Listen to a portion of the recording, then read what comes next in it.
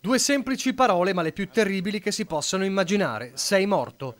Un biglietto anonimo che si trasforma nella minaccia peggiore all'interno di una busta recapitata nella cassetta postale dell'abitazione trevigiana dell'assessore regionale all'ambiente Giampaolo Bottaccin. L'ho trovata nei giorni scorsi, questa mattina ho fatto la denuncia ai carabinieri che si occuperanno appunto delle indagini. In ogni caso, sì, io vado avanti come ho sempre fatto fino adesso. Il tema è di quelli che scottano in tutti i sensi, i troppi roghi negli stabilimenti di smaltimento rifiuti del Veneto, gli ecoreati diventati una spina nel fianco evidente in una regione che deve fare i conti con i tentacoli della criminalità organizzata. In un articolo datato 13 gennaio scorso sul Gazzettino, Bottaccin raccontava di aver mandato ai 571 sindaci veneti una lettera per chiedere loro di dotarsi di videosorveglianza contro i roghi per prevenire questi episodi.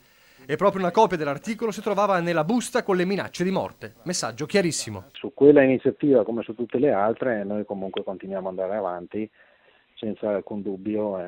Massima fiducia ovviamente nelle forze dell'ordine, con le quali collaboriamo anche nel contrasto degli illeciti di rifiuti, e quindi insomma andiamo avanti. Indagine a tutto campo dei carabinieri per arrivare all'origine della missiva. Amministratori nel mirino, una situazione non facile di questi tempi. È un momento difficile anche perché c'è un clima nei confronti degli amministratori piuttosto non sereno.